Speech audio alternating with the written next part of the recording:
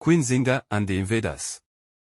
A gripping tale of resistance, cunning, and the unbreakable spirit of an African queen.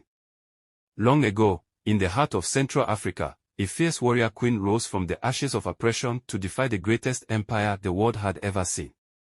Her name was Queen Nzinga, a name that struck fear in the hearts of her enemies and inspired a nation to resist. But her path was not easy, for the invaders had come, bearing steel and gunpowder, determined to conquer her land, enslave her people, and erase her legacy. This is her story. The shadow of war. The once thriving kingdom now stood on the brink of collapse. The Portuguese, with their muskets and ruthless ambition, had tightened their grip on the land. The air was thick with the cries of the captured, their chains clinking as they were led towards ships bound for the foreign shores of Brazil. In the royal palace, the newly crowned Queen Nzinga sat upon a carved ebony throne, her sharp eyes scanning the room. Her council of elders debated their next move, but the queen knew one thing for certain: Ndongo would not fall without a fight. But how does one fight an enemy who seems invincible? That night, Nzinga climbed the sacred cliffs of Mount Nzondo, where the spirits of their ancestors whispered in the wind.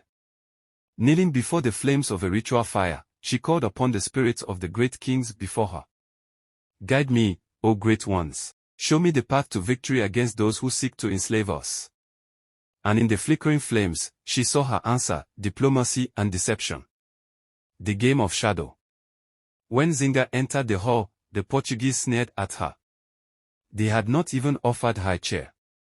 They expected her to stand, to accept her inferiority. But Queen Nzinga was no ordinary ruler.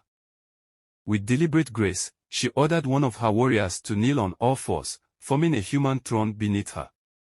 The Portuguese gasped. Nzinga merely smiled. If I must sit, I shall do so as a queen. She spoke with fire and wisdom, weaving words like a skilled hunter setting traps. She played to the governor's arrogance, pretending to offer peace while secretly learning their weaknesses. By the end of the meeting, she had gained an alliance, one that she would soon betray. The rise of the Black Jaguar. Nzinga transformed her exile into an opportunity. She built a powerful resistance, recruiting warriors from every village and forging alliances with other African kingdoms. She trained her people in the art of guerrilla warfare, striking swiftly like the black jaguar that prowled the night. Soon, the Portuguese found themselves facing an enemy they could not predict. For hours, the battle raged, but Nzinga had one final trick. As the Portuguese forces pushed forward, she gave the signal. Hidden warriors emerged from the trees, flanking the invaders. Traps were sprung, and the battlefield became a graveyard for the unwelcome conquerors. By dawn, the enemy was retreating, their ambitions shattered. Nzinga stood tall, bloodied but victorious. But she knew this was not the end. They will return, she murmured. But so will we. As long as the rivers flow and the trees stand, Ndongo will never bow. The legacy of a queen. Though she never saw total victory, Queen Nzinga's defiance ensured that her people remained free long after she was gone. Her name became legend, whispered by warriors and sung by storytellers. Queen Nzinga was not just a ruler.